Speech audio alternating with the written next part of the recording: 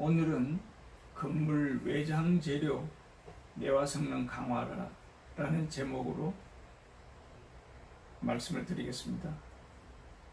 건물 화재 시 외벽 자재, 이때 이제 외벽 자재에 이제 쓰이는 스티로폼하고 일부 금속판 위에 인화성 코팅제가 문제가 됩니다.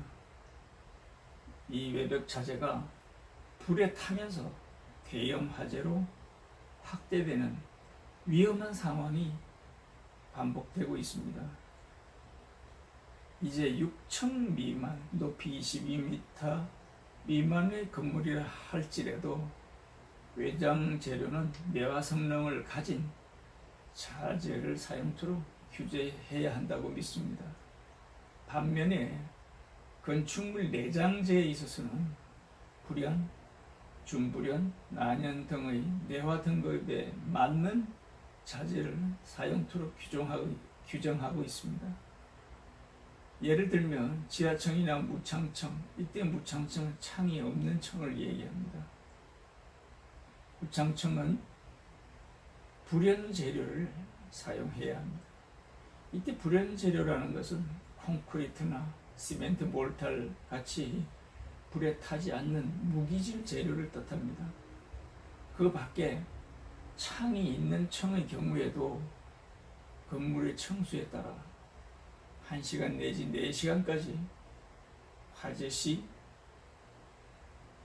불에 견딜 수 있는 재료를 사용토록 규정하고 있습니다. 예를 들면 집선보드, 석고보드라고도 하지요. 한 장이 보통 30분 내화 성능을 가지고 있습니다. 벽체 양쪽에 각각 2장씩 붙이면요, 화재 시에 2시간을 견딜 수 있는 내화 자재로 인정을 받을 수 있습니다.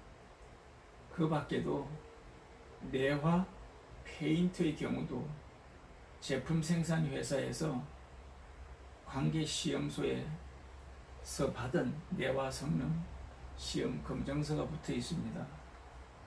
이번에 사고가 난 학교는 외벽 드라이비트, 이때도 이 드라이비트는 사실 자재 이름이에요. 외벽 드라이비트는 단열재로 스티로폼 판을 먼저 붙이고 마감재, 이때 마감재 뿜칠제인데요. 이게 페인트나 석고를 이제 주 원료로 하는 건데 마감재를 뿜칠을 했습니다.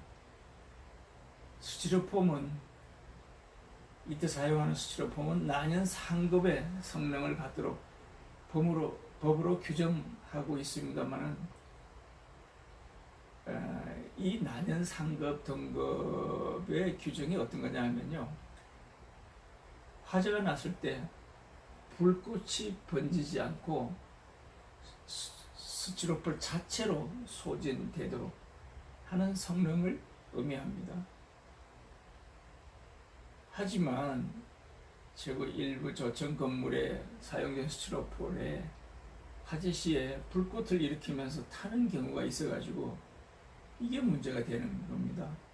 이제 저층 건물도 더 이상 화재에 취약한 규정 이하의 스티로폼을 사용치 못하도록 규제하고 라굴 등 불연성 재료를 사용토록 관계 규정을 바꿔야 합니다.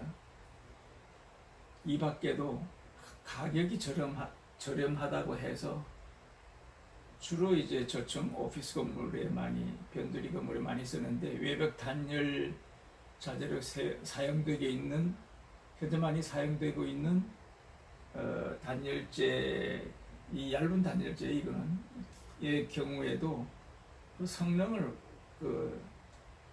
이제 단열 성능을 얘기합니다. 단열 성능과 내화 성능을 필요한 경우에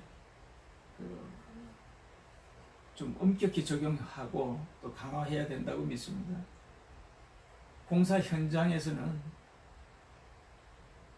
관련 규정의 미비를 이용해서 멀쩡하게 라굴로 단열재가, 이때 라굴은요 사용이 금지된 성명과는 다른 재료입니다.